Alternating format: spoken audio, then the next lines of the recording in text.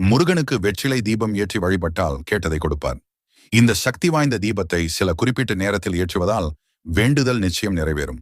அந்த நேரத்தை பற்றி அறிந்து கொள்ள நம்முடைய முருகன் ஆராதனை சேனல் வீடியோவை முழுமையாக பார்த்து அறிந்து கொள்ளுங்கள். நீங்க வெற்றிலை விளக்கு ஏற்றுவீர்களா என்பதை கமெண்டில் சொல்லுங்க. செவ்வாய்க்கிழமை காலை 6 மணி முதல் 7 மணி வரை ஏற்றலாம்.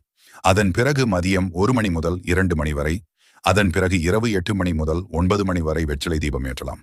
இந்த 3 நேரங்களில் உங்களுக்கு உகந்த நேரத்தில் வெற்றிலை தீபம் ஏற்றி முருகப்பெருமானின் அருளை பெறுங்கள். இந்த வெற்றிலை தீபத்தை 9 செவ்வாய்க்கிழமை தொடர்ந்து ஏற்றினால் கேட்டதை கொடுப்பார் என் அப்பன் முருகன். வெற்றிலை ஆனது சுத்தமாகவும் கிழியாமலும் இருக்க வேண்டும். வெற்றிலை தீபம் ஏற்றும் தட்டு சில்வர் தட்டாக இருக்கக்கூடாது. பித்தளை தட்டு, வெள்ளி தட்டு, செம்பு தட்டு போன்றவற்றில் மட்டுமே ஏற்ற வேண்டும். வெற்றிலை ஆனது புதிதாக வாங்கிதான் பயன்படுத்த வேண்டும். கடனாகவோ அல்லது வேறு எதற்கும் பயன்படுத்திய வெற்றிலையை பயன்படுத்தக்கூடாது. இந்த வீடியோவில் கூறியுள்ள நேரத்தில் வெற்றிலை